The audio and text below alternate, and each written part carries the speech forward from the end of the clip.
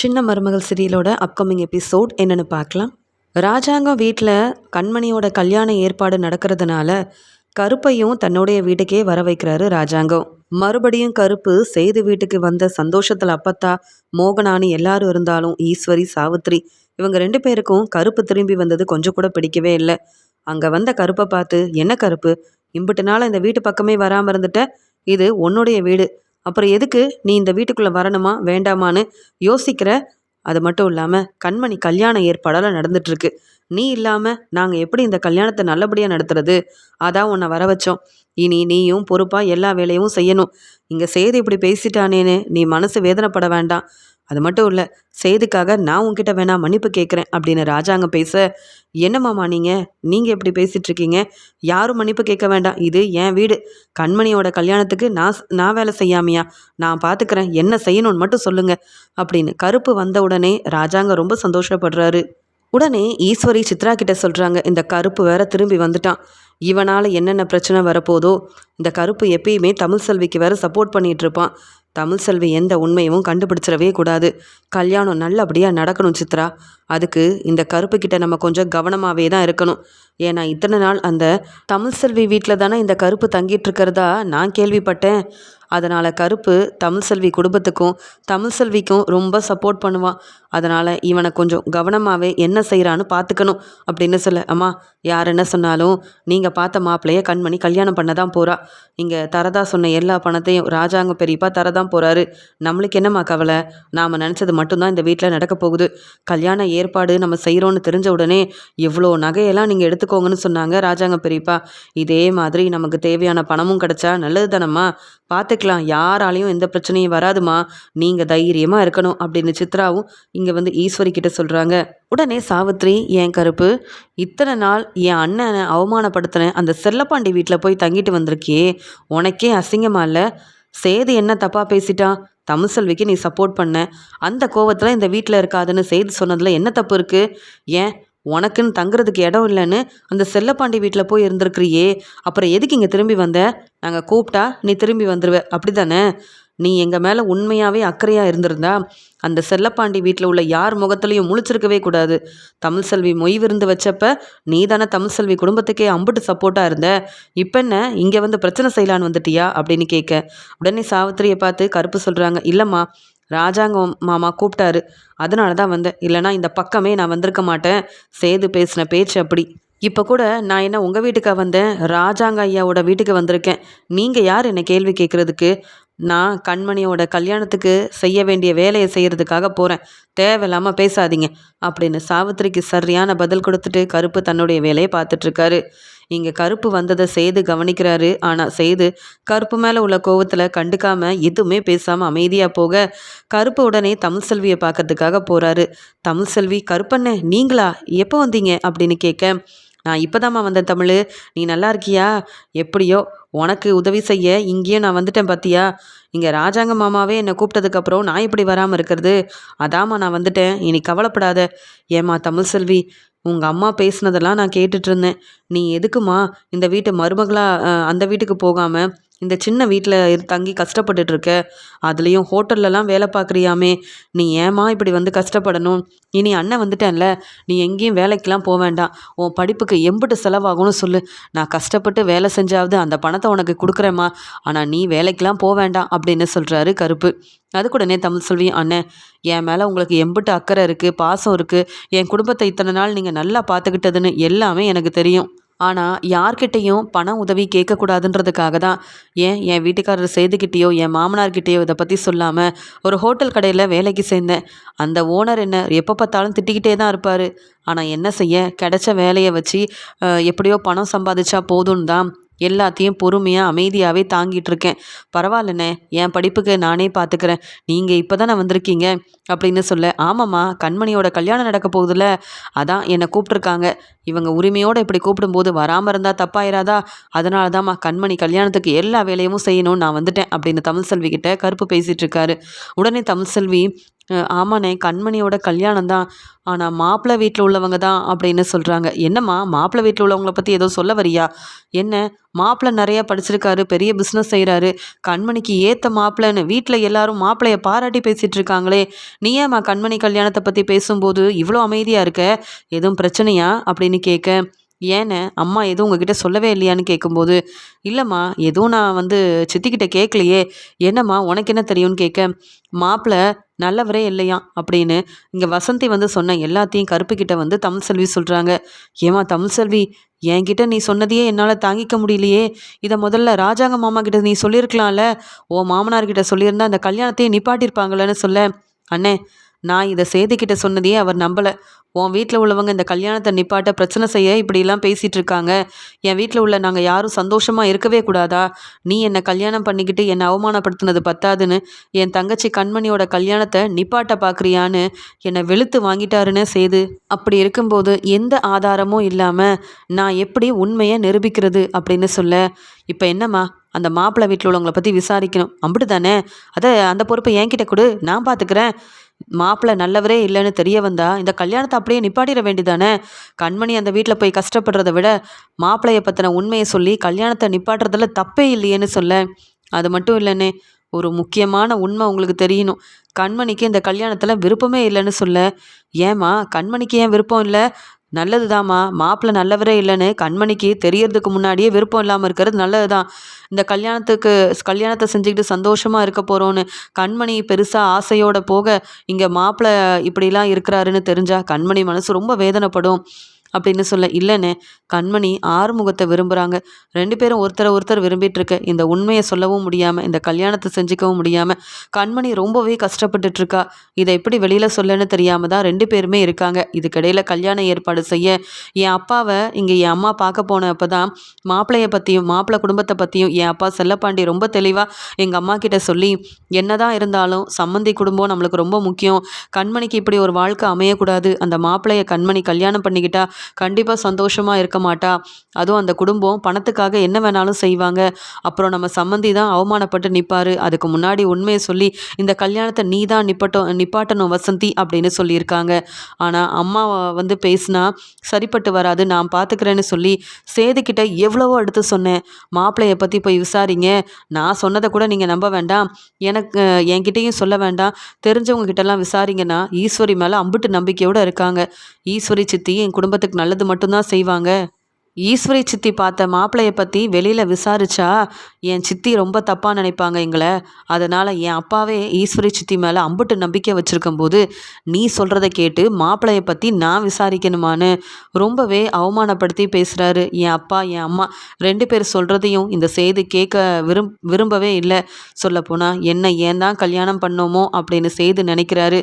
அவர் என் மேலே அக்கறையாக இருக்காருன்னு நினச்சேன். ஆனால் கொஞ்சம் கூட என் பேச்சை கேட்குறதா இல்லை. இந்த கல்யாணத்தை எப்படி நிப்பாட்டுறது, உண்மையை எப்படி கண்டுபிடிக்கிறதுன்னு எனக்கு ஒன்றுமே தெரியல கற்பண்ணேன் அப்படின்னு எல்லா உண்மையவும் கருப்பு அங்கே வீட்டுக்கு வந்த உடனே தமிழ்செல்வி சொல்லி மனசு வேதனைப்படுறாங்க. அந்த சமயம் அங்கே வந்த அப்பத்தாவும், கருப்பு என்ன பண்ணுற கருப்பு அப்படின்னு கூப்பிட்டுக்கிட்டே வர, அப்பத்தாக்கு இதெல்லாம் தெரிய வேண்டாமா தமிழ்செல்வி? உனக்கு உதவி செய்ய மட்டும் இல்லை, இந்த வீட்டில் உள்ள யாரையும் தலகுனிய நான் விடமாட்டேன். மாப்பிள்ளை குடும்பத்தை பற்றி நான் கேட்டு என்ன ஏதுன்னு உனக்கு தெளிவாக சொல்கிறேன். அப்பத்தா வந்துட்டேன் அப்பத்தான்னு சொல்ல, தமிழ்செல்வி நீ என்ன இன்னும் காலேஜுக்கு போகலையா? உன்னையும் பார்த்துட்டு போகலாமேன்னு வந்தேன். ஏன் கருப்பு, அங்கே வசந்தி வீட்டில் எல்லாரும் நல்லா தானே இருக்காங்கன்னு சொல்ல, ஆமாம் எல்லாரும் நல்லா தான் இருக்காங்க. ஆனால் நீங்கள் என்ன இடையில ரொம்ப முடியாமல் இருந்தீங்களா? தமிழ்செல்வி தான் உங்களை காப்பாற்றினாலாமேன்னு சொல்ல, ஆமாம் என் பேத்தி தமிழ்செல்வி இருக்கிற வரைக்கும் எனக்கு ஒன்றும் ஆகாது. அதுலேயும் என் பேத்தி கண்மணிக்கு இப்போ கல்யாண ஏற்பாடு செய்கிற சந்தோஷத்தில் இருக்கேன் நான். ஆமாம் நான் சொன்னதெல்லாம் வாங்கிட்டு வந்துட்டியா? இங்கே தமிழ்செல்வி கிட்ட நின்று பேசிகிட்டு இருக்கியேன்னு கேட்க, ஆமாம் தமிழ்செல்வி இந்த வீட்டுக்கு வந்ததுக்கப்புறமா பெருசாக தமிழ்செல்வி கிட்ட நான் பேசவே இல்லை. தமிழ் வேற யாரும் இல்லையே, என் தங்கச்சி தானே, அதான் நின்று பேசிகிட்டு இருக்கேன்னு சொல்ல, ஏம்மா தமிழ்செல்வி நீ கண்மணியோட கல்யாணத்துக்கு வருவல்ல அப்படின்னு அப்பத்தா கேட்குறாங்க.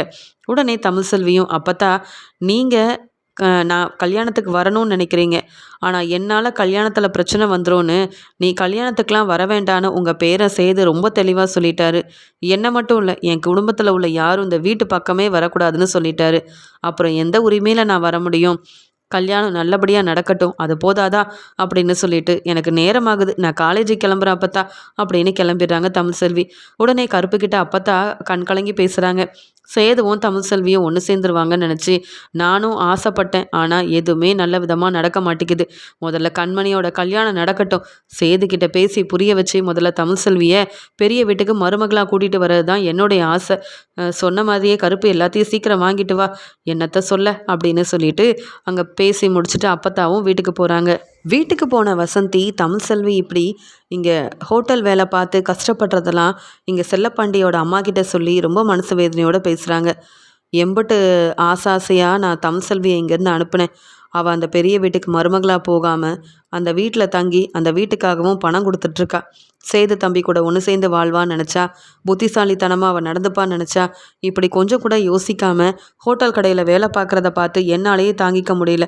இதெல்லாம் அந்த பெரிய வீட்டில் உள்ளவங்களுக்கு தெரிஞ்சால் எம்பிட்டு கோவப்படுவாங்க, எவ்வளோ மனசு வேதனைப்படுவாங்க. பெரிய வீட்டு மருமகளாக இருந்துக்கிட்டு இப்படி வேலைக்கு போறியேன்னு இங்கே தமிழ்செல்வியை ரொம்ப திட்டிடுவாங்களே. தமிழ்செல்வி பணம் முக்கியம், படிப்புக்காக பணம் தேவைப்படுது, அதனால தான் இந்த வேலைக்கு போகிறேன்னு சொல்கிறா. ஏன் தான் தமிழ்செல்வியோட வாழ்க்கையில் இப்படிலாம் நடக்குதோன்னு வசந்தி ரொம்ப மனசு வேதனைப்படுறாங்க. அது மட்டும் இல்லாமல் அங்கே நடக்கிற கல்யாணத்தை தமிழ்செல்வி எப்படி நிப்பாட்ட போகிறாளோ, மாப்பிள்ளையை பற்றின உண்மையை சொல்ல போகிறாளோ தெரியலையே. மாப்பிள்ளையை பற்றின உண்மை நமக்கு ரொம்ப நல்லா தெரியுது. ஆனாலும் அந்த வீட்டுக்கு போய் உண்மையை சொன்னால் அங்கே உள்ள யாரும் ஏற்றுக்கவே மாட்டாங்க. அதனால தான் என்ன செய்யன்னு தெரியல. அப்படி தமிழ்செல்வி என்ன தான் செய்ய போகிறான்னு ஒன்றுமே புரியல. அப்படி நடந்த எல்லாத்தையும் சொல்லி பேசிகிட்டு இருக்கிறாங்க வசந்தி. எப்பயும் போல் காலேஜெல்லாம் முடிச்சுட்டு ஹோட்டல் கடைக்கு போகிறாங்க தமிழ்செல்வி. அங்கே உடனே ஓனரும், என்ன எப்போ பார்த்தாலும் தமிழ்செல்வி கடைக்கு வர நேரம் கழித்து வந்துட்டுருக்காங்கன்னு சொல்லி, ஏம்மா தமிழ்செல்வி காலேஜுக்கு போகிறேன்னு சொன்னியே, நீ சீக்கிரமாக வரணும்னு தெரியாதா? காலேஜ் தான் முக்கியம், உனக்கு படிப்பு தான் முக்கியம்னா ஏம்மா இங்கே வேலைக்கு வர? உன் வேலையை பார்த்துட்டு படிக்க வேண்டியதானம்மா? பணம் முக்கியம், படிக்க பணம் வேணும் நீ கேட்க போய் போனா போதுன்னு வேலைக்கு சேர்த்தா சரியா வேலை செய்ய மாட்டேங்கிற. இதில் உன்னை பார்க்க உங்கள் அம்மா வேற இங்கே வந்து உட்காந்து பேசிகிட்டு இருக்காங்க. நீ ஏமா இப்படி இருக்க அப்படின்னு சொல்லி திட்ட ஆரம்பிக்கும் போது, இல்லை வர வழியில் கொஞ்சம் வேலை, அதை முடிச்சுட்டு வர கொஞ்சம் நேரம் ஆயிடுச்சு. இனி இப்படியெல்லாம் நடக்காது. நீங்கள் என்னை திட்டுறதை விட்டுட்டு என்னை கொஞ்சம் புரிஞ்சுக்கோங்கண்ணே. இனி நான் இப்படி தப்பு செய்ய மாட்டேன். உடனே போய் நான் வேலையை பார்க்குறேன் அப்படின்னு அங்கே போகிறாங்க தமிழ்செல்வி. இப்படியே தன்னுடைய வேலை எல்லாத்தையும் பார்த்தாலும் என்ன செய்ய, நமக்கு பணம் தேவை இருக்குது. அதனால் எல்லாத்தையும் பொறுமையாக தான் அமைதியாக நம்ம வந்து போக வேண்டியதாக இருக்குது அப்படின்னு எல்லா வேலையும் செஞ்சிட்ருக்காங்க. வீட்டில் இருக்க ஈஸ்வரி மாப்பிள்ளையோட அப்பாவுக்கு ஃபோன் பண்ணுறாங்க.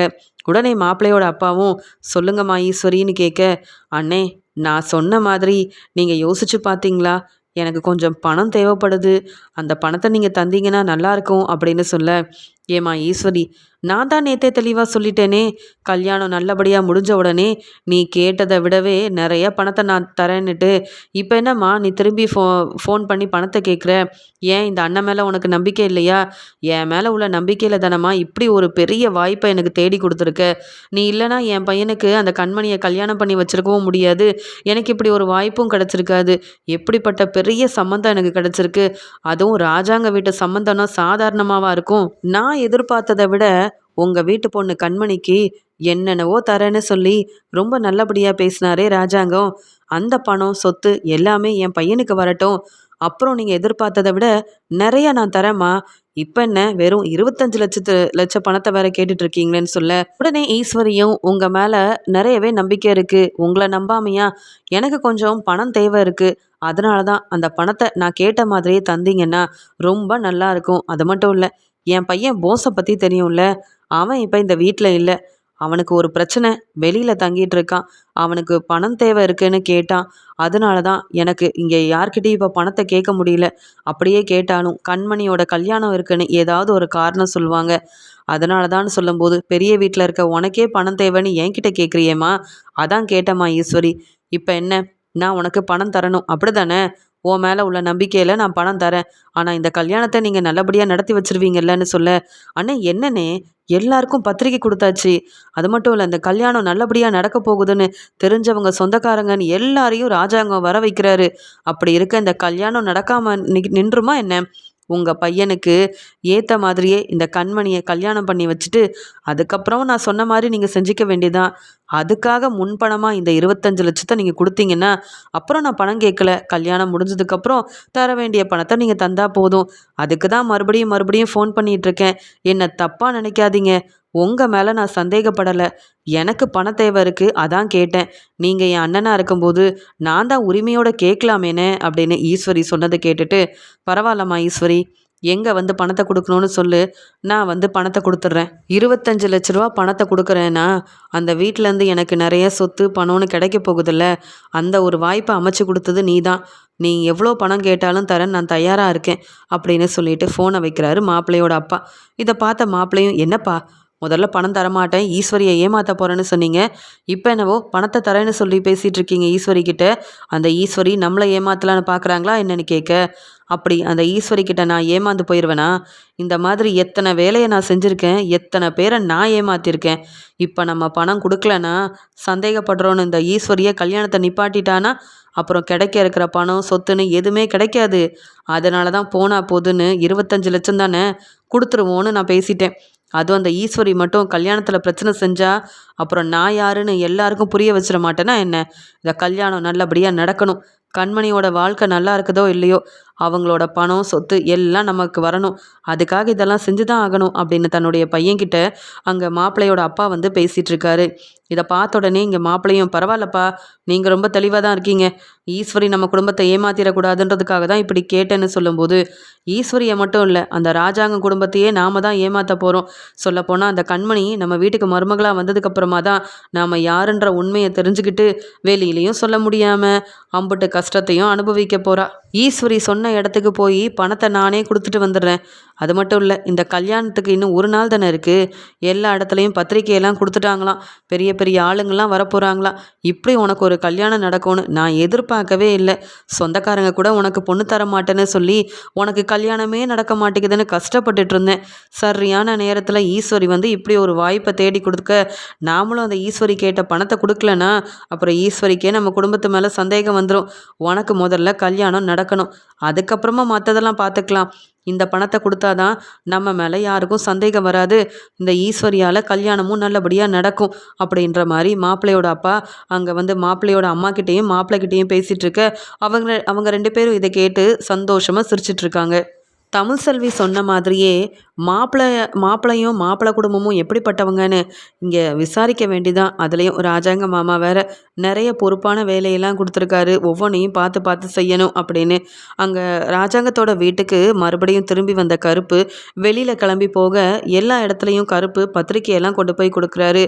அந்த சமயம் சேது வரதை பார்த்துட்டு, மாப்பிள்ளை, என்ன மாப்பிள்ளை, நான் உன் வீட்டுக்கு திரும்பி வந்திருக்கேன், நீ என்ன என்னை கண்டுக்காமல் இருக்க? அப்போ நீ என்கிட்ட பேசவே மாட்டியான்னு கருப்பு சேதுக்கிட்ட கேட்கும்போது, நான் எதுக்கு பேசணும்? எப்பயும் போல் என்னுடைய மாமாவாக நீங்கள் இருந்திருக்கணும். ஆனால் அந்த தமிழ்செல்வி குடும்பத்துக்கும் சப்போர்ட் பண்ணுற நீங்கள் எதுக்காக என் வீட்டுக்கு வந்தீங்கன்னு கேட்க, என்ன மாப்பிள்ள நீ இப்படி பேசிகிட்டு இருக்க? இப்போ உன் தங்கச்சி கல்யாணம் நடக்க போகுது, கண்மணி கல்யாணத்துக்காக வேலையெல்லாம் செய்ய தான் என்னை கூப்பிட்ருக்காங்க அப்படின்னு சொல்லும்போது, அப்போ அந்த வேலையை மட்டும் பாருங்க மாமா, என்கிட்டலாம் எந்த உரிமையோடையும் நீங்கள் பேச வேண்டாம் அப்படின்னு சொல்லிட்டு போகும்போது, இப்பயும் சொல்கிற மாப்பிள்ள, தமிழ்செல்வி உன் குடும்பத்துக்கு நல்லது செய்யணும்னு தான் நினைக்கிறா, ஆனால் நீ தான் அதை புரிஞ்சிக்க மாட்டேங்கிற. இப்போ கூட நானும் சொல்கிறேன் கேளு, அந்த மாப்பிள்ளை வீட்டில் உள்ளவங்களை பற்றி நீ விசாரிக்கணும். கல்யாணத்துக்கு முன்னாடியே உண்மை என்னன்னு நீ தெரிஞ்சுக்கணும். சொல்லப்போனால் மாப்பிள்ளை உண்மையாகவே நல்லவராக இருந்தால் இந்த வாய்ப்பை நீங்கள் பயன்படுத்தி கண்மணிக்கு நல்ல கல்யாண ஏற்பாடு செஞ்சு கல்யாணத்தை நல்லபடியாக நடத்தி வைங்க, பிரச்சனையே இல்லை. ஆனால் மாப்பிள்ளை மேலே ஏதோ ஒரு சந்தேகம் இருக்குது தமிழ்செல்விக்கு. அப்போ அதை நீ என்னன்னு பார்க்க வேண்டாமா? இல்லை நான் போய் என்ன ஏதுன்னு விசாரிக்கட்டுமான்னு இங்கே வந்து கருப்பு கேட்க, உங்களுக்கு வேறு வேலையே இல்லையா? தமிழ்செல்வி என்ன சொன்னாலும் அப்படியே செஞ்சுருவீங்களா? என் குடும்பத்தை பற்றி உங்களுக்கு தெரியும்ல, அதுலேயும் இங்கே ஈஸ்வரி சித்தி என் குடும்பத்துக்கு நல்லது மட்டும்தானே செய்வாங்க. தமிழ்செல்வி சொல்கிறான்னு அந்த மாப்பிள்ளை குடும்பத்தை பற்றி நீங்கள் விசாரிச்சிங்கன்னா அதெல்லாம் எங்கள் அப்பாவுக்கோ இல்லை சித்தப்பாவுக்கோ தெரிய வந்தால் மனசு வேதனைப்படுவாங்க. அதனால் நீங்கள் யாரை பற்றியும் விசாரிக்க வேண்டாம். என் தங்கச்சிக்கு எப்படி ஒரு மாப்பிள்ளையை பார்க்கணுன்னு எனக்கும் தெரியும், என் குடும்பத்தில் உள்ளவங்களுக்கும் தெரியும். எங்களுக்கு இல்லாத அக்கறை உங்களுக்கு என்ன? அதுவும் தமிழ்செல்வி சொல்லி இப்படி நீங்கள் பேசுகிறத என்னால் ஏற்றுக்கவும் முடியாது, ஒத்துக்கவும் முடியாது. உங்கள் வேலையை மட்டும் பாருங்கள். எல்லா இடத்துக்கும் பத்திரிக்கை கொடுக்குறீங்களா? வீட்டில் வந்து நல்லா சாப்பிட்டுட்டு ரெஸ்ட் எடுக்கிறீங்களா? இதுதான் உங்கள் வேலையாக இருக்கணும்.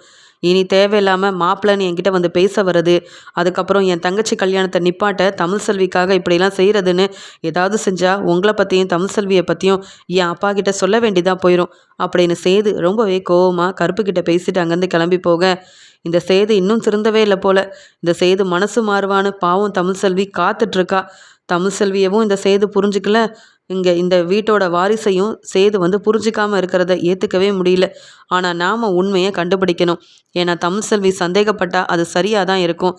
தமிழ்செல்வியை புரிஞ்சிக்காத சேது வேணா இப்படி கண்டுக்காமல் தன்னுடைய தங்கச்சி வாழ்க்கையை பற்றி யோசிக்காமல் ஈஸ்வரி மேலே ரொம்ப நம்பிக்கையாக இருக்கலாம். ஆனால் எனக்கு அந்த ஈஸ்வரியை பற்றி நல்லா தெரியும். நான் எப்பயுமே தமிழ்செல்விக்கு தான் சப்போர்ட் பண்ணுவேன். பத்திரிக்கையெல்லாம் கொடுத்துட்டு முதல்ல மாப்பிள்ளை வீட்டில் உள்ளவங்கள பற்றி விசாரிக்கிறதுக்காக கிளம்பி போகணும் அப்படின்னு கருப்பு அங்கேருந்து கிளம்புறாரு. தமிழ்செல்வியும் அங்கே வேலையெல்லாம் முடிச்சுட்டு இங்கே வீட்டுக்கும் வராங்க. இங்கே கருப்பு ஒவ்வொரு இடத்துலையும் பத்திரிக்கையெல்லாம் கொடுத்துட்டு அவருக்கு தெரிஞ்ச ஒவ்வொருத்தரையும் பார்க்குறாங்க. அப்போ அந்த மாப்பிள்ளையை பற்றி விசாரிக்க நிறைய பேர், அந்த மாப்பிள்ளையா, அவர் என்ன வசதியான வீட்டில் உள்ளவர், அவர் பெரிய பிஸ்னஸ்லாம் செய்கிறாரே அப்படின்னு சொல்கிறாங்க. நிறைய பேருக்கு அவரை பற்றி சரியாக தெரியாததுனால மாப்பிள்ளை இவ்வளோ தூரம் இங்கே கண்மணியை பொண்ணு கேட்டு வர வந்திருக்காரு. ஆனால் இந்த மாப்பிள்ளையோட ஃப்ரெண்டுங்க எல்லாரும் மாப்பிள்ளையை பற்றி கேட்ட உடனே இங்கே கருப்புக்கு நிறைய உண்மைங்களை எல்லாம் சொல்ல ஆரம்பிக்கிறாங்க. ஆமாம், பெரிய ஹோட்டலோட ஓனர் தான். ஆனால் அவன் செய்யாத தப்பே கிடையாது. அங்கே நிறைய பேர் பிரச்சனையில் இருக்காங்க. அது மட்டும் இல்லை, நிறைய பேர் இவன் செஞ்ச தப்புக்கு கம்ப்ளைண்ட் வேற கொடுத்துருக்காங்க. என்ன, அவங்க அப்பா பெரிய பணக்காரராக இருக்க பேசி எப்படியோ அந்த அந்த ஆளை வெளியில் கொண்டு வந்துடுறாங்க. ஆனால் எப்படி தான் விசாரிக்காமல் பெரிய வீட்டில் உள்ளவங்க இந்த மாப்பிள்ளையை கண்மணிக்காக பார்த்தாங்களோ தெரியல அப்படின்னு ஒவ்வொன்றும் சொல்ல இங்கே கருப்புக்கு புரியுது. தமிழ்செல்வி சொன்னது எல்லாமே உண்மை, செல்லப்பாண்டி சொன்னதும் உண்மைதானே. அது மட்டும் இல்லாமல் ஏதோ தெரியாமல் ட்ரீட்மெண்ட்டெல்லாம் வேற எடுக்கிறதா கேள்விப்பட்டிருக்கோம். அதை பற்றி சரியாக தெரியல அப்படின்னு சொல்கிறாங்க. மாப்பிள்ளைக்கு இவ்வளோ பிரச்சனை இருக்கும்போது எந்த உரிமையில் இல்லை எந்த தகுதியில் இங்கே பொண்ணு பார்க்க வந்தார்? அப்போ பணத்துக்காக தான் இவங்க எல்லாரும் நடித்து ஏமாற்றிட்டு இருக்காங்களா அப்படின்னு இங்கே கருப்புக்கு தோணுது. இதை முதல்ல தமிழ்செல்வி கிட்ட சொல்லணும் அப்படின்னு சொல்லி வராரு. ஆனால் தமிழ்செல்வி அங்கே ரெஸ்ட் எடுக்கிறத பார்த்துட்டு காலையில் தமிழ்செல்வி கிட்ட பேசிக்கலாம் அப்படின்னு சொல்லி கிளம்பிடுறாரு. அடுத்த நாள் காலையில் ரொம்பவே சீக்கிரமாக தமிழ்செல்வி அங்கே வேலைக்கும் கிளம்பி போகிறாங்க. இங்கே மாப்பிள்ளையோட அப்பா ஈஸ்வரிக்கு ஃபோன் பண்ணி, நீங்கள் சொன்ன இடத்துக்கு நான் வந்துட்டேன். பக்கத்தில் ஒரு ஹோட்டல் இருக்குது, அங்கே தான் உட்காந்துட்ருக்கேன். நீங்கள் வந்தீங்கன்னா பணத்தை வாங்கிட்டு நீங்கள் கிளம்பிடலாம். நானும் இங்கே தெரிஞ்சவங்க கிட்ட பேச இங்கே வந்திருக்கேன் அப்படின்னு தமிழ்செல்வி வேலை பார்க்குற அதே ஹோட்டலில் பணத்தோட ஈஸ்வரிக்காக காத்துட்ருக்காரு மாப்பிள்ளையோட அப்பா. ஈஸ்வரி இந்த ஹோட்டல் கடையில் தான் தமிழ்செல்வி வேலை பார்க்குறாங்கன்னு தெரியாமல் மாப்பிள்ளையோட அப்பாவை பார்த்து பேசி பணத்தை வாங்கிட்டு வர்றதுக்காக ரொம்ப சந்தோஷமாக அங்கே சித்ரா கிட்ட சொல்லிட்டு கிளம்பி போகிறாங்க. உடனே சித்ராவும், அம்மா பார்த்து கவனமாக இருங்கம்மா, பணத்தை வாங்கிட்டு சீக்கிரமாக வந்துடுங்க. இங்கே சேதுவோ இல்லை வேறு யாரும் உங்களை பார்த்துடக்கூடாதுமா, நம்ம ஏற்கனவே போட்ட திட்டம் யாருக்குமே தெரிஞ்சிடக்கூடாதுமான்னு சொல்லி அனுப்புகிறாங்க. ஈஸ்வரியும் அதே ஹோட்டல் கடைக்கு மாப்பிள்ளையோட அப்பாவை பார்க்க வர உடனே மாப்பிள்ளையோட அம்மா, வாங்க ஈஸ்வரி, என்ன பணத்தை கேட்டீங்க, இம்புட்டு நேரம் கழிச்சு வரீங்க, உங்களுக்காக எவ்வளோ தான் காத்துட்ருக்கிறது. நானும் என் ஃப்ரெண்டுக்கிட்ட பேசி இங்கேயே தான் உங்களுக்காக பார்த்துட்ருந்தேன் அப்படின்னு சொல்ல, அண்ணே நீங்கள் ரொம்ப நேரம் ஆகுதா, மன்னிச்சிருங்கண்ணே, நிறைய வேலை, அதான் கல்யாண வேலை நிறையா இருக்குதே, அதான் பொண்ணு கண்மணிக்காக அவங்க அப்பா என்னெல்லாம் வாங்கி கொடுக்குறாரு தெரியுமா, ராஜாங்க மாமா நினச்சதை விட நிறையா கண்மணிக்கு செய்யணும்னு நினைக்கிறாரு. நீங்கள் ரொம்ப கொடுத்து வச்சவங்கண்ணே, இப்படி ஒரு வரன் உங்களுக்கு கிடைக்கிறதுக்கு எல்லாத்துக்கும் காரணம் நான் தானே அப்படின்னு சொல்ல, உடனே இங்கே கடையோட ஓனரும், என்னம்மா நீங்கள் நின்று பார்த்துக்கிட்டே இருக்க, எத்தனை கஸ்டமர் வந்திருக்காங்க, அவங்களுக்கு என்ன வேணும்னு போய் கேளுமா அப்படின்னு தமிழ்செல்வி கிட்ட சொல்ல, தமிழ்செல்வி அங்கே ஈஸ்வரி உட்காந்து பேசிகிட்டு இருக்கிறத பார்த்துட்டு, இவங்க எதுக்கு இங்கே வந்தாங்க, அப்போ இவர் தான் மாப்பிள்ளையோட அப்பாவா, என்ன தான் பேசுகிறாங்கன்னு கேட்போம் அப்படின்னு அமைதியாக ஈஸ்வரிக்கு தெரியாமல் அங்கே நின்று கேட்டுட்ருக்க. உடனே ஈஸ்வரியும், அண்ணே நான் கேட்ட மாதிரியே பணத்தை கொண்டு வந்துட்டீங்களன்னு சொல்ல, ஆமாம்மா ஈஸ்வரின்னு பணத்தை கொடுக்குறாரு மாப்பிள்ளையோட அப்பா. ஈஸ்வரி அந்த பணத்தை பார்த்துட்டு அவ்வளோ சந்தோஷத்தில், அண்ணே நீங்கள் நினச்சதை விட கண்டிப்பாக இந்த கல்யாணம் ரொம்ப நல்லபடியாக நடக்க போகுது. உங்கள் பையனை பற்றி பெருசாக எனக்கு எதுவுமே தெரியாது. ஏதோ உங்கள் பையன் பிஸ்னஸ் செய்கிறான். அந்த கண்மணிக்கு நீங்கள் என்ன வேணாலும் பிரச்சனை கொடுத்துக்கோங்க, எனக்கு கவலை இல்லை. இந்த கல்யாணத்தை நான் நல்லபடியாக நடத்தி வைப்பேன். நம்பிக்கை அப்படி இருக்க போய் தானே பணத்தை கொண்டு கொடுத்துருக்கீங்க அப்படின்னு சொல்ல, ஆமாம்மா, நாம் 2 பேரும் போட்ட திட்டத்தில் அந்த ராஜாங்க குடும்பம் ஏமாந்து போய் நிற்கிறாங்க. கல்யாண செலவெல்லாம் அவங்களே எடுத்துக்கிட்டு அதுவும் கல்யாணத்தை நல்ல ஆடம்பரமாக செய்யணும் அப்படின்னு எல்லாரும் யோசிச்சுருக்காங்கல்ல. இந்த ஒரு வாய்ப்பு எனக்கு கிடைக்கிறதுக்கு காரணம் நீ தானம்மா. நான் எப்படி உனக்கு கேட்ட பணத்தை தராமல் ஏமாத்திடுவேனா என்ன அப்படின்னு பேசிகிட்டு இருக்கும்போது தான் அப்போ மாப்பிள்ளையை பற்றியும் அங்கே பேச ஆரம்பிக்கிறாங்க. என் பையன் ஏற்கனவே ஒரு பொண்ணை விரும்பினான். ஆனால் அந்த கல்யாணம் நல்லபடியாக அமையல. அது மட்டுமா, சொந்தக்காரங்க கிட்ட எவ்வளவோ வந்து கேட்டு பொண்ணெல்லாம் வந்து பார்த்தோம். ஆனால் யாருமே என் பையனுக்கு பொண்ணு தர முன் வரவே இல்லை. என் பையனை பற்றி நிறைய நிறைய பேருக்கு தெரிய யாருமே பொண்ணு தரல. ஆனால் நீங்கள் எல்லாம் தெரிஞ்சிருந்தும் இப்படி எனக்கு ஒரு வாய்ப்பு அமைச்சு கொடுத்துருக்கீங்கன்னா இந்த ஒரு வாய்ப்பு யாருக்குமே கிடைக்காது. அதனால தாம்மா நீங்கள் கேட்ட உடனே முன்னாடி பணம் கொடுக்கலன்னு சொன்னாலும் நீங்கள் கண்டிப்பாக என்னை நம்ப வச்சு ஏமாற்ற மாட்டீங்கன்னு தெரிஞ்சுக்கிட்டு பணத்தை கொண்டு வந்துட்டேன். என் பையனை பற்றி பெருசாக யாரும் கண்டுபிடிக்காம உண்மையை தெரிஞ்சு இந்த கல்யாணத்தை நிப்பாட்டிடாம நீங்கள் தான் ஈஸ்வரி பார்த்துக்கணும். அதுக்காக தான் இந்த பணம் அப்படின்னு சொல்லி பணத்தை கொடுத்துட்டு அங்கேருந்து வந்து சரிம்மா, உங்களுக்காக இம்புட்டு நேரம் காத்துட்டு இருந்தேன், எப்படியோ நீங்கள் வந்துட்டீங்க, இந்த பணத்தை நீங்கள் வாங்கிக்கிட்டீங்கல்ல, நீங்களும் கிளம்புங்க அப்படின்னு சொல்ல ஈஸ்வரி வந்து பணத்தை வாங்கிக்கிறாங்க. மாப்பிள்ளையோட அப்பா அங்கேருந்து கிளம்ப அங்கே தமிழ்செல்வி வந்து நிற்கிறாங்க. தமிழ்செல்வியை பார்த்த உடனே ஈஸ்வரி திரு திருன்னு முழிக்கிறாங்க. தமிழ்செல்வி நீயா அப்படின்னு ஈஸ்வரி கேட்க உடனே தமிழ்செல்வி ஆமாம், நான் தான் இந்த ஹோட்டல் கடையில் வேலை பார்க்குறதா ஏற்கனவே சொன்னேனே, ஆனால் உங்களுக்கு நான் இங்கே வேலை பார்க்குறது தெரியாதுல்ல, அப்படி தெரிஞ்சிருந்தா மாப்பிள்ளையோட அப்பாவை இங்கே பணத்தை எடுத்துகிட்டு வர சொல்லியிருக்க மாட்டீங்கல்ல, ஆனால் இன்னைக்கு என்கிட்ட வசமாக மாட்டிக்கிட்டீங்கன்னு சொல்ல, அப்போ நாங்கள் பேசின எல்லாத்தையும் நீ கேட்டுட்டியான்னு ஈஸ்வரி மெதுவாக கேட்குறாங்க. ஆமாம், கேட்டது மட்டும் இல்லை, எனக்கு ஆதாரம் வேணும்ல, அதான் என் ஃபோனில் எல்லாத்தையும் ஆதாரமாக எடுத்து வச்சுருக்கேன், காமிக்கட்டுமா, பார்க்குறீங்களா அப்படின்னு சொல்ல, வேண்டாம் தமிழ்செல்வி, இந்த விஷயத்தில் நீ தலையிடாத, ஏற்கனவே சேது கூட வாழ முடியாமல் கஷ்டப்பட்டுட்ருக்க, அப்புறம் என்னை மாட்டி விடணும்னு நினச்சேன்னு வையேன், இந்த வீட்டில் என்றைக்குமே நீ மருமகளாக வர முடியாத மாதிரி செஞ்சுருவேன். என் உதவி உனக்கு கண்டிப்பாக தேவைப்படும். நீயும் சேதுவும் ஒன்று சேர்ந்து வாழ நான் என்ன வேணாலும் உனக்கு உதவி செய்கிறேன், ஆனால் என்னை மட்டும் மாட்டி விட்டுறாத. இப்போ நான் மாப்பிள்ளையோட அப்பா கிட்ட பணம் வாங்கினதை யார்கிட்டேயும் சொல்லாத அப்படின்னு சொல்லும்போது, பரவாயில்ல ஈஸ்வரி, உங்களை என்னவோ நினச்சேன், நீங்கள் பெரிய ஆளு தான். மாப்பிள்ளையோட அப்பா கிட்டேயே 25 லட்ச ரூபா பணத்தை வாங்கிட்டு கண்மணிக்கு ஒரு நல்ல வாழ்க்கையை நான் அமைச்சு கொடுக்குறேன்னு எல்லார்கிட்டேயும் சொல்லி, அதுவும் பெரிய குடும்பத்தில் உள்ள எல்லாரையும் ஏமாத்திட்டு இருக்கீங்களே, உங்கள் திறமை யாருக்குமே வராது. ஆனால் நான் உங்களை சும்மா விட மாட்டேன்.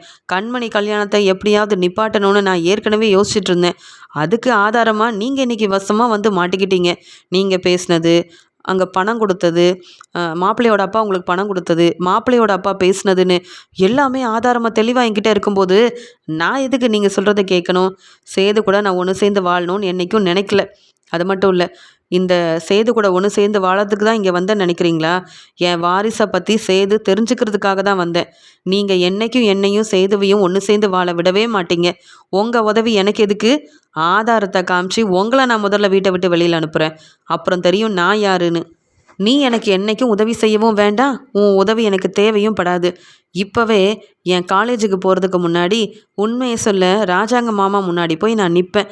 உன் நிலமை என்ன ஆகும்னு யோசிச்சு பாரு. இப்படி செய்ய உனக்கு அசிங்கமா இல்லை? மாப்பிள்ளை வீட்டில் உள்ளவங்கக்கிட்ட பணம் வாங்கிட்டு அந்த மாப்பிள்ளை எப்படிப்பட்டவருன்னு தெரிஞ்சிருந்தும் உண்மையை மறைச்சி ஏமாத்துற நீ எல்லாம் அந்த வீட்டில் இருக்கவே கூடாது.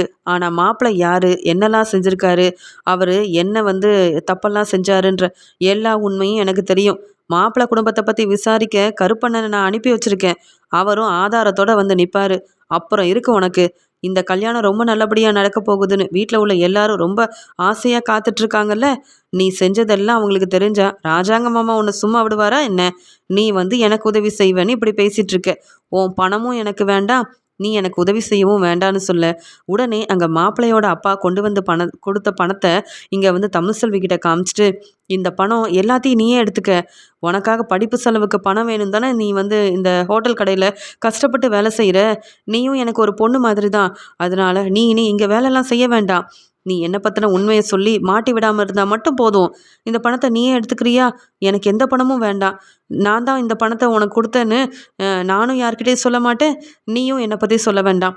இந்த தமிழ்செல்வி, இந்த 25 லட்ச ரூபா பணத்தையும் நீயே எடுத்துக்கன்னு சொல்ல, நான் என்ன ஒன்றை மாதிரியா அடுத்தவங்களோட பணத்துக்கு ஆசைப்படுறதுக்கு? கஷ்டப்பட்டு உழைச்சாலும் அடுத்தவங்க கிட்ட பணம்னு கேட்டு நிற்கக்கூடாதுன்னு தான் காலேஜுக்கு போகிறது, இங்கே மறுபடியும் வந்து வேலை செய்கிறதுன்னு கஷ்டப்பட்டு சம்பாதிச்சிட்ருக்கேன். ஒன்றை மாதிரி அடுத்தவங்கள ஏமாற்றி வர பணம் எனக்கு வேண்டவே வேண்டாம். இந்த பணத்தை நீயே வச்சுக்க. எப்படியும் அவமானப்பட்டு வீட்டை விட்டு வெளியில் போகிறல்ல, உனக்கும் உன் பையன் போஸுக்கும் பணம் தேவைப்படும்ல, அதனால் இந்த பணம் நீயே வச்சுக்க. ஆனால் இந்த கல்யாணத்தை நடத்த நான் விடவே மாட்டேன் அப்படின்னு சொல்லும்போது, வேண்டாம் தமிழ்செல்வி, நான் சொல்கிறத கேளு. நீ மட்டும் என்னை மாட்டி விட்டுட்டேன்னா அப்புறம் போஸையும் இந்த வீட்டுக்குள்ளே வர வைக்க முடியாது. என் பொண்ணு சித்ராவும் ரொம்ப மனசு வேதனைப்படுவா. அந்த வீட்டில் நான் வசதியாகவே வாழ்ந்துட்டேன். என்னையும் ஈஸ்வரி மாதிரி வீட்டை விட்டு வெளியில் அனுப்பிட்டா நான் எங்கே போவேன்? எனக்கு யாரை தெரியும்? தங்கவும் இடம் இல்லாமல் நான் கஷ்டப்படணும். உன்கிட்ட எவ்வளோ வேணாலும் மன்னிப்பு கேட்குறேன். ஆனால் என்னை மட்டும் மாட்டி விட்டுறாத. இப்படி நீ வேலை பார்க்குற இடத்துல நான் வந்து மாட்டிப்பேன்னு எதிர்பார்க்கவே இல்லை அப்படின்னு இங்கே சாவித்திரி பேசிகிட்டு இருக்காங்க. அந்த சமயம் இங்கே வந்து கருப்பு மாப்பிள்ளைய பற்றின உண்மையை தெரிஞ்சுக்கிட்டு, இந்த ஹோட்டலில் தானே தமிழ்செல்வி வேலை பார்த்துட்ருக்கா அப்படின்னு அதே ஹோட்டலுக்கு கிளம்பி வர, உடனே அங்கே ஹோட்டலோட ஓனரும், கருப்பு தம்பி நீங்களா அப்படின்னு சொல்ல, ஆமாண்ணே, இங்கே வந்து என் தங்கச்சி தமிழ்செல்வி வேலை பார்த்துட்ருக்கா, அதான் பார்த்து பேசிட்டு போகலாமேன்னு வர, என்னது தமிழ்செல்வி உங்கள் தங்கச்சியான்னு கேட்க, ஆமாம், பெரிய வீட்டு மருமகளாச்சே, உங்களுக்கு தெரியாதா? ராஜாங்க ஐயா எவ்வளோ பெரிய பொறுப்பில் இருக்காரு, அவங்க வீட்டு மருமக தான் தமிழ்செல்வி அப்படின்னு சொல்லும்போது, என்ன கருப்பு சொல்கிற, உண்மையாவா? அந்த தமிழ்செல்வி ஏதோ படிப்புக்கு செலவுக்காக பணம் வேணும்னு இங்கே வேலைக்கு வந்து சேர்ந்தாங்க. மற்றபடி அவங்க பெரிய வீட்டு மருமகன்லாம் என்கிட்ட சொல்லவே இல்லையே. நீ சொல்கிறது உண்மையா கருப்புன்னு கேட்க, ஆமாண்ணே, ஏதோ சேது கூட கொஞ்சம் பிரச்சனை, அதனால தனியாகவே இருந்துக்கிறேன், என் படிப்பு செலவை நான் பார்த்துக்கிறேன்னு. தமிழ்செல்வி டாக்டருக்கு படிக்கிறாங்கண்ணே, அந்த படிப்பு செலவுக்காக தான் இங்கே வந்து வேலைக்கு சேர்ந்துருப்பாங்க போல. இதெல்லாம் தெரியாமையா நீங்கள் தமிழ்செல்வியை வேலைக்கு சேர்த்தீங்க அப்படின்னு கருப்பு கேட்க, ஆமாப்பா, அந்த பொண்ணை வேற நான் ரொம்ப திட்டிட்டேன், வேலை செய்யவே மாட்டிக்கிறேன்னு எப்போ பார்த்தாலும் திட்டிக்கிட்டே இருந்தேன். ஆனால் எதுவுமே பேசாமல் அப்படியே வேலையெல்லாம் நல்லா பார்த்துட்டு இருந்தாங்க தமிழ்செல்வி. நீ சொன்னதுக்கு அப்புறமா தான் தெரியுது பெரிய வீட்டு மருமகன்னு. நான் பேசுனதுக்கெல்லாம் முதல்ல தமிழ்செல்வி கிட்ட மன்னிப்பு கேட்கணும் போலயே. இதெல்லாம் ராஜாங்க ஐயாவுக்கு தெரிஞ்சா அம்பிடுதேன், இந்த கடையவே நான் நடத்த முடியாமல் செஞ்சிருவாரே அப்படின்னு தமிழ்செல்வி பெரிய வீட்டோட மருமகன்றது கருப்பு மூலமாக அந்த ஓனருக்கும் தெரிய வர, அங்கே ஹோட்டல் கடைக்குள்ளே வந்து கருப்பு தமிழ்செல்வி அப்படின்னு பேச வர, அங்கே ஈஸ்வரி திரு திருன்னு முழிச்சுக்கிட்டே கண் கலங்கி நிற்கிறாங்க. என்னம்மா நீங்கள் இங்கே வந்திருக்கீங்க? நீங்களும் தமிழ்செல்வியை பார்க்க தான் வந்தீங்களா? ஏன் தமிழ்செல்வி இந்த ஈஸ்வரி அம்மா எதுக்கு இங்கே வந்தாங்கன்னு கேட்க, அண்ணே வசமாக மாட்டிக்கிட்டாங்கண்ணே, கையில் பாருங்கள் 25 லட்ச ரூபா பணம் மாப்பிள்ளையோட அப்பா வந்து கொடுத்துட்டு போயிருக்காரு. எதுக்கு தெரியுமா? இந்த மாப்பிள்ளைய பற்றின உண்மை யாருக்கும் தெரியக்கூடாது, இந்த கல்யாணம் நல்லபடியாக நடக்கணும்னு திட்டம் போட்டு கொடுத்தது ஈஸ்வரி தானே. இந்த கல்யாணத்தின் மூலமாக மாப்பிள்ளைக்கு நல்ல பணம் கிடைக்கும், சொத்து கிடைக்கும்ல, அதில் பெரிய லாபம் பார்க்கலான்னு இந்த திட்டம் போட்டு தான் இந்த கல்யாண ஏற்பாடு செஞ்சுருக்காங்க ஈஸ்வரி. அதான் இன்றைக்கி இவங்க 2 பேரும் பேசுகிறத ஆதாரமாக என் ஃபோனில் இருக்குன்னு சொல்ல, இந்த பணத்தை கொடுத்து பிரச்சனையை சமாளிக்கலான்னு என்கிட்ட வசமாக மாட்டிக்கிட்டு இப்படி நின்றுட்டு இருக்காங்கன்னு சொல்லும்போது, உண்மைதாம்மா தமிழ்செல்வி, அந்த மாப்பிள்ளை நம்மளாம் நினைக்கிற மாதிரி நல்லவனே இல்லைம்மா. நல்லா விசாரிச்சிட்டேன், மாப்பிள்ளையோட ஃப்ரெண்டுக்கிட்டேயே கேட்டு தெரிஞ்சுக்கிட்டேம்மா. அவன் என்னெல்லாம் தப்பு செஞ்சுருக்கான் தெரியுமா? இப்படிப்பட்ட ஒருத்தனுக்கு எப்படிம்மா கண்மணியை கல்யாணம் பண்ணி கொடுக்கறது? தமிழ்செல்வி இதுக்கு மேலே பொறுமையாக இருக்கக்கூடாது. உன்கிட்ட ஆதாரம் இருக்குது, நான் உண்மையை கேட்டு தெரிஞ்சுக்கிட்டு வந்திருக்கேன். ஈஸ்வரியவும் சும்மா விடக்கூடாது, இந்த மாப்பிள்ளை குடும்பத்தையும் சும்மா விடக்கூடாது. இதை சேதுக்கிட்ட சொன்னால் ஒரு பிரயோஜனமும் இல்லை. இந்த கல்யாணத்தில் பிரச்சனை செய்ய தான் நம்ம இப்படி பேசுகிறோன்னு சேது இதை கண்டுக்கவே மாட்டான். ஏன்னா சேது ஓ மேலேயும் என் மேலேயும் ரொம்பவே கோவத்தில் இருக்கான். ஆனால் இதே உண்மையை ராஜாங்க ஐயா கிட்ட சொல்லி இவங்க எல்லாரையும் வசமாக மாட்டி விடணுமா தமிழ்செல்வி அப்படின்னு தமிழ்செல்வி மட்டும் இல்லாமல் கருப்புக்கும் உண்மை தெரிய இப்படி ஒரு முடிவெடுக்க உடனே ஈஸ்வரி நினைக்கிறாங்க, வசமாக மாட்டிக்கிட்டேன், தமிழ்செல்விக்கு பணம் கொடுத்து சமாளிச்சிடலான்னு நினச்சேன். தமிழ்செல்வி ஏதோ ரொம்ப நேர்மையாக தான் இருப்பேன்னு பணத்தை வாங்க மாட்டேங்கிறா. என்னையும் மாப்பிள்ளை வீட்டில் உள்ளவங்களையும் மாட்டி விடணும்னு கருப்பு தமிழ்செல்வி இப்படிலாம் யோசிக்கிறாங்களே. இதெல்லாம் ராஜாங்க மாமாவுக்கு தெரிஞ்ச அம்புட்டுதான். என் பொண்ணு கண்மணி வாழ்க்கையில் இவ்வளோ பெரிய பிரச்சனை செய்ய செய்ய செய்ய திட்டம் போட்டியா ஈஸ்வரின்னு என்னை வீட்டை விட்டு வெளியில் அனுப்பிட்டா என் நிலைமை என்ன ஆகுறது அப்படின்னு வசமாக மாட்டிக்கிட்ட ஈஸ்வரி இங்கே வந்து கருப்புக்கிட்டையும் தமிழ்செல்விக்கிட்டையும் மன்னிப்பு கேட்டு பிரச்சனையை சமாளிக்க நினைக்கிறாங்க. ஆனால் இருந்த கோவத்தில் இங்கே வந்து பணத்தை எப்படியாவது நீ வாங்கிக்க தமிழ்செல்வின்னு சொல்ல, இங்கே தமிழ்செல்வி கோவத்தில் ஈஸ்வரி எப்பலார்னு வெளுத்து வாங்குறாங்க. இந்த பணம் என்ன நீ சம்பாதிச்ச பணமா? நீ ஏன் அடுத்தவங்களை ஏமாற்றி வாங்கியிருக்க? இந்த பணத்தை என்கிட்ட கொடுத்து பிரச்சனையை சமாளிக்கலாம், உண்மையை யார்கிட்டையும் நான் சொல்லக்கூடாதுன்னு சொல்கிறியே. உன் பையன் போஸை பற்றியும் இப்படி தான் உண்மை வெளியில் வரக்கூடாதுன்னு என்கிட்ட மன்னிப்பு கேட்டு என்னை ஏமாத்துனேன். இப்போ இந்த கல்யாணம் நடக்கக்கூடாதுன்னா நான் உண்மையை சொல்லி தான் ஆகணும், வேற வழியே இல்லை அப்படின்னு ஈஸ்வரியை பற்றின உண்மை இங்கே வந்து தமிழ்செல்விக்கும் கருப்புக்கும் தெரிஞ்சதால ஈஸ்வரி பேச பேச ரொம்பவே கோவத்தில் இங்கே வெளுத்து வாங்குறாங்க தமிழ்செல்வி. அவ்வளவுதான், இந்த தமிழ்செல்வி நம்மளை சும்மா விட மாட்டா போல, நான் வசமாக மாட்டிக்கிட்டேன்னு வேற வழி இல்லாமல் தமிழ்செல்வி கிட்ட மன்னிப்பு கேட்டு நிற்கிறாங்க இங்கே வந்து ஈஸ்வரி. தமிழ்செல்வி மட்டும் என்னை மாட்டி விட்டுட்டானா என்னையும் சித்ராவையும் என் வீட்டுக்காரராக இருக்கட்டும் சேது ராஜாங்கன் ஏன் என் மாமியார் கூட என்னை மன்னிக்க மாட்டாங்க. கண்டிப்பாக போஸ் மாதிரியே என்னை வீட்டை விட்டு வெளியில் அனுப்பிடுவாங்க. ஏன் இவங்க எல்லாரும் ஒன்று சேர்ந்து என்னை போலீஸில் மாட்டி விட்டுட்டாங்கன்னா என் நிலைமை என்ன ஆகுறது? எவ்வளவோ சொல்லி மன்னிப்பு கேட்டுட்டேன். இந்த பணத்தை தரேன்னு சொல்லிட்டேன். ஆனால் தமிழ்செல்வி கண்டிப்பாக இந்த பணத்தையும் வாங்க மாட்டேங்கிறா. என்னை பற்றின உண்மையை மட்டும் இல்லாமல் மாப்பிள்ளை வீட்டில் உள்ளவங்களையும் ராஜாங்கம் முன்னாடி வசமாக மாட்டி விடணும்னு நினைக்கிறாளே. எப்படி இந்த பிரச்சனையை சமாளிக்க போறேன்னு தெரியலன்னு வசமாக மாட்டிக்கிட்ட ஈஸ்வரி பதில் பேச முடியாமல் தமிழ்செல்வி முன்னாடியும் கருப்பு முன்னாடியும் இங்கே அவமானப்பட்டு தலை குனிஞ்சு நிற்கிறாங்க. கருப்பு மூலமாக தமிழ்செல்வி பெரிய வீட்டு மருமகன்றது அந்த கடையோட ஓனருக்கு தெரிய வர உடனே தமிழ்செல்வி கிட்ட அந்த கடையோட ஓனர் பேசுகிறாரு. ஏமா தமிழ்செல்வி, ராஜாங்கம் உன்னுடைய மாமனாரா? சேது தான் உன்னுடைய வீட்டுக்காரரான்னு கேட்க, ஆமாண்ணே, உங்களுக்கு யார் சொன்னதுன்னு சொல்லும்போது இப்போ தான் கருப்பு தம்பி மூலமாக உன்னை பற்றின உண்மை தெரிஞ்சது. ஏமா நான் வேற உன்னை திட்டி எவ்வளவோ அவமானப்படுத்தியிருக்கேன். இதெல்லாம் அங்கே ராஜாங்க ஐயா கிட்ட சொல்லி மாட்டி விட்டுறாதம்மா.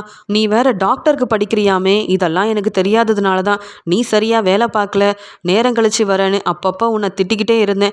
இப்போ நான் சொல்கிறேம்மா, உன் படிப்புக்காக நீ எப்போ வேணாலும் இந்த கடைக்கு வரலாம். உன்னால் முடிஞ்ச வேலையை மட்டும் பார்த்தா போதுமா. நீ கேட்டதை விட நான் நிறைய சம்பளமே தரேன். ஆனால் என்னை பற்றி உன் மாமனார்கிட்ட சொல்லி மாட்டி விட்டுறாதம்மா அப்படின்னு கடையோட ஓனர் உண்மையை தெரிஞ்சுக்கிட்டு தமிழ்செல்வி கிட்ட மன்னிப்பு கேட்க, தமிழ்செல்விக்கு நான் பேசணும் தெரியல. ஆனால் கருப்பண்ணை வந்ததுக்கப்புறமா ஈஸ்வரியை பற்றின உண்மையும் தெரிய வந்துருச்சு. இங்கே கடையோட ஓனரும் நான் யாருன்னு தெரிஞ்சுக்கிட்டாரு. ஆனால் இந்த ஈஸ்வரியவும் மாப்பிள்ளை வீட்டில் உள்ளவங்களையும் சும்மா விடக்கூடாதுன்னு ரொம்ப கோவத்தில் இருக்காங்க தமிழ்செல்வி.